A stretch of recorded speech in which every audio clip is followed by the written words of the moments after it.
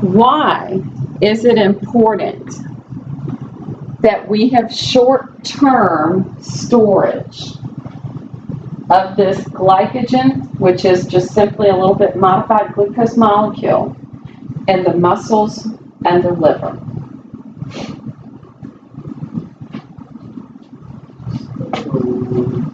It's like readily available. It is readily available. So if we have stored it in the muscle cell, the one thing that the body is not going to store is ATP. The body doesn't store ATP. So what we have to do, we have to make sure that the products needed to make ATP are available. So if I have some of this glycogen, which is just simply a little bit of a modified glucose, okay, stored in my muscle cells, and I go, oh, take a break, be back at 12:30, you can get up, go, and not be like,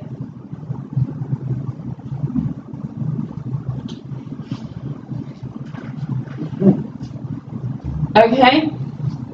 Because you've got the energy readily available.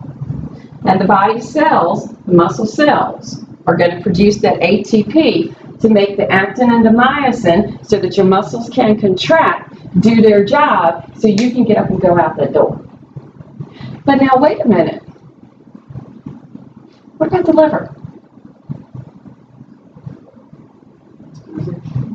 Liver's busy, and the liver kind of stored it, but now it's going to want to store it a little bit more, maybe, a little bit longer, but then it can pull it to be used to convert it to the mono, which is going to be a glucose that it can send to the cells for ATP. Now, which organ do you think the liver is going to be more concerned about? Brain. Which is kind of cool if you think about it. We also use the sugars to help build some of these molecules that we have in the body. For example, DNA. DNA uses deoxyribose sugar, RNA ribose sugar. Okay? ATP has the adenosine, but we need the sugar to produce the ATP. Do you guys remember the glycoproteins? Where were they? In the plasma membrane. It was a carb chain attached to a protein in the membrane, used as like a cell marker and stuff like that. And then we had glycolipids. Where was that? On the little lipid portion in the plasma membrane, little carb chain extending out. The lipids that we take in, do you guys remember how we take them in as the triglyceride form, where it's got the 3 fatty acid tails? Okay. Now, we're going to use the fats for energy. We can use those fats to produce ATP. They simply enter cellular respiration at a different starting point. Where carbs can go all the way through, okay, where we can do aerobic or anaerobic respiration, fats are only going to be used in aerobic respiration because they have to enter into the mitochondria at a certain point, but they can still be used to produce energy. We store the fats in adipose tissue, and yes, we can store it in the liver. If you have a diet too high in fats, doctor may tell you you've got a fatty liver. And that's letting you know your diet's too high in fats. And that's not good for the functioning of that organ. The fats we termed saturated or unsaturated. Saturated, if you guys remember, contained all the hydrogens it could hold, usually a solid at room temperature. The unsaturated didn't hold all of the H pluses that it could hold. These are usually a liquid at room temperature. One of the things that we have under the lipid classification is cholesterol.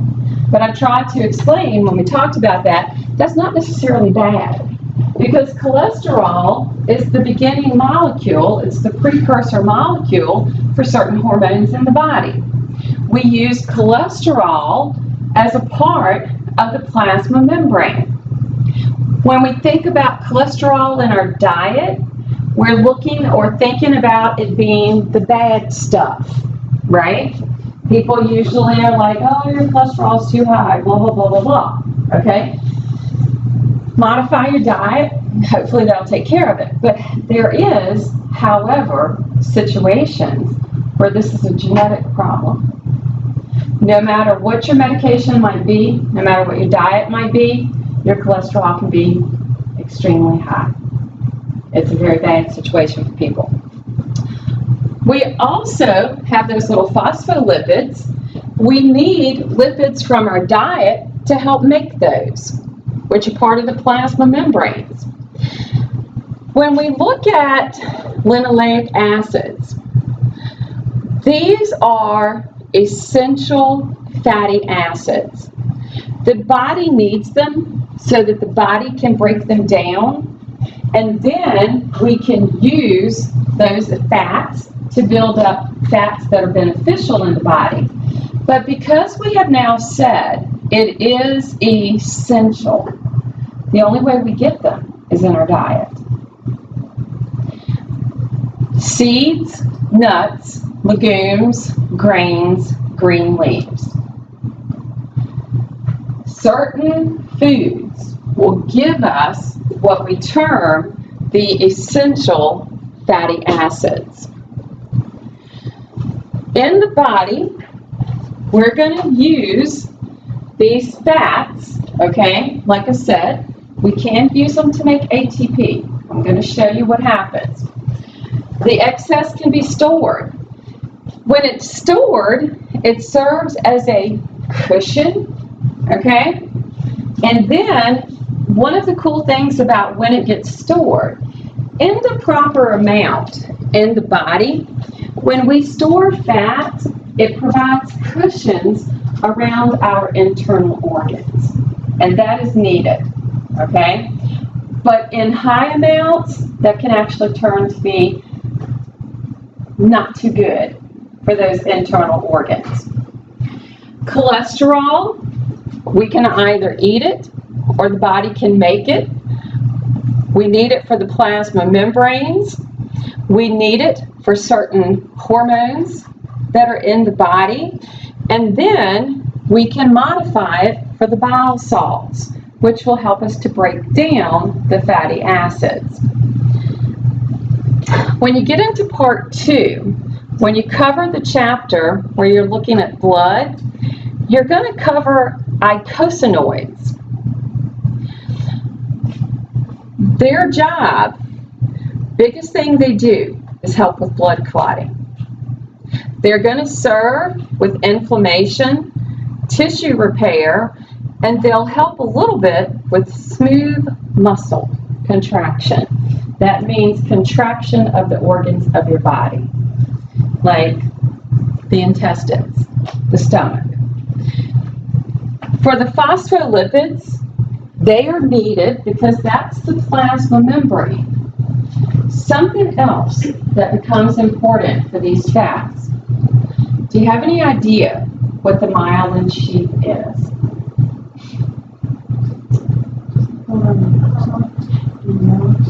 Nerves. It's with our nervous system, and it's a wrapping around the axon of those nerves. It's in the peripheral nervous system, and we have a little bit of myelin throughout the central nervous system, but their job is for protection, and it actually helps to conduct the nervous system signal. The proteins, like we were saying, chains of amino acids. We've got these essential amino acids and non-essential amino acids. Essential is telling me I've got to eat the proper foods to get those in my body. Think about this for a second. We talked about building the proteins, how important it is to string those amino acids together. And then yesterday I kind of showed what happens with sickle cell disorder. The number 6 amino acid is incorrect. Proteins need this essential protein, these essential amino acids. We don't provide them to the body. What is that telling me is going to happen at the cellular level?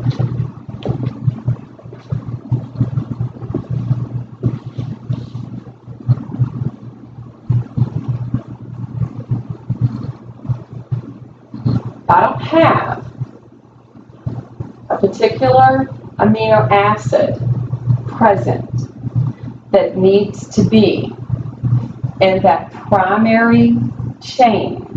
Remember how they're dropped in by the tRNA? They create the primary chain. What's going to happen to that protein that needs to be made? It's not going to code right. So there's not going to be a function. Chemical processes in the body need proteins. If I'm not providing the essential amino acid, that protein can't be made, that function can't be done.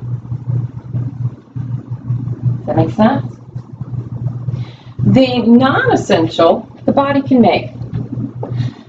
When something says that it is a complete protein, it's letting you know that it will provide essential amino acids.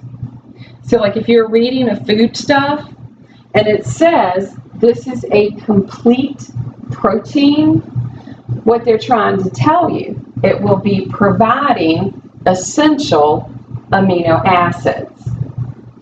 But don't believe everything you read. Just saying, okay? Some foodstuffs that are complete proteins: meat, fish, poultry, milk, cheese,